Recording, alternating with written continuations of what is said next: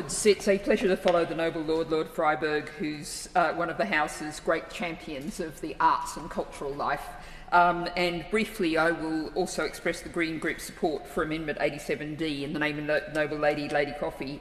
This is ensuring that assets of community value cannot be demolished. And it's worth going back to where the assets of community value started, 2011. And that was so hard fought for to create that category of buildings, of structures, and the idea that it could effectively be lost under permitted development rights. I think the noble ladies identified a really important issue, and I really hope the House will back that. But I rise chiefly to speak against Government Amendment 64. And I think we've already heard some really important points. Both the noble Lords Lansley and Fuller pointed out just how late this is coming in the process, and how we haven't had the chance to have the proper scrutiny.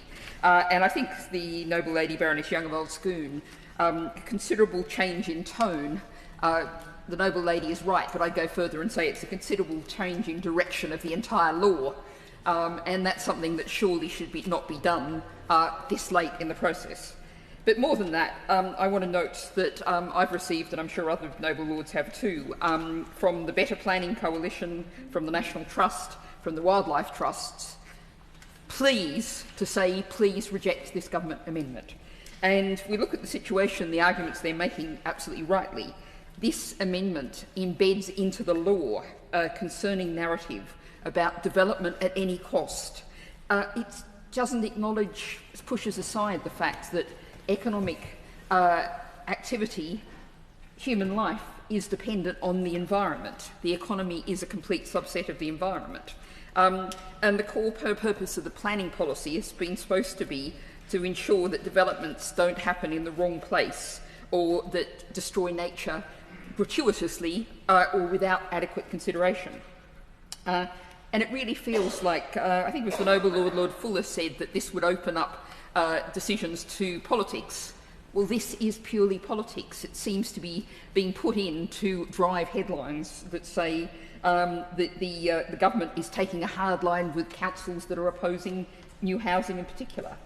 And particularly, I note that the clause extends the powers of the Secretary of State to issue directions to restricted local planning authorities to refuse planning permission, either on particular applications, which we've mostly talked about, or more worryingly, as I understand, and I stand to be corrected by the noble lady if this is not correct, whole categories of development. So, for example, this could remove the ability to refuse as a class data centres, something your Lordship's House has become very concerned about in terms of their environmental impact, or any C3 dwellings in an area of low housing delivery.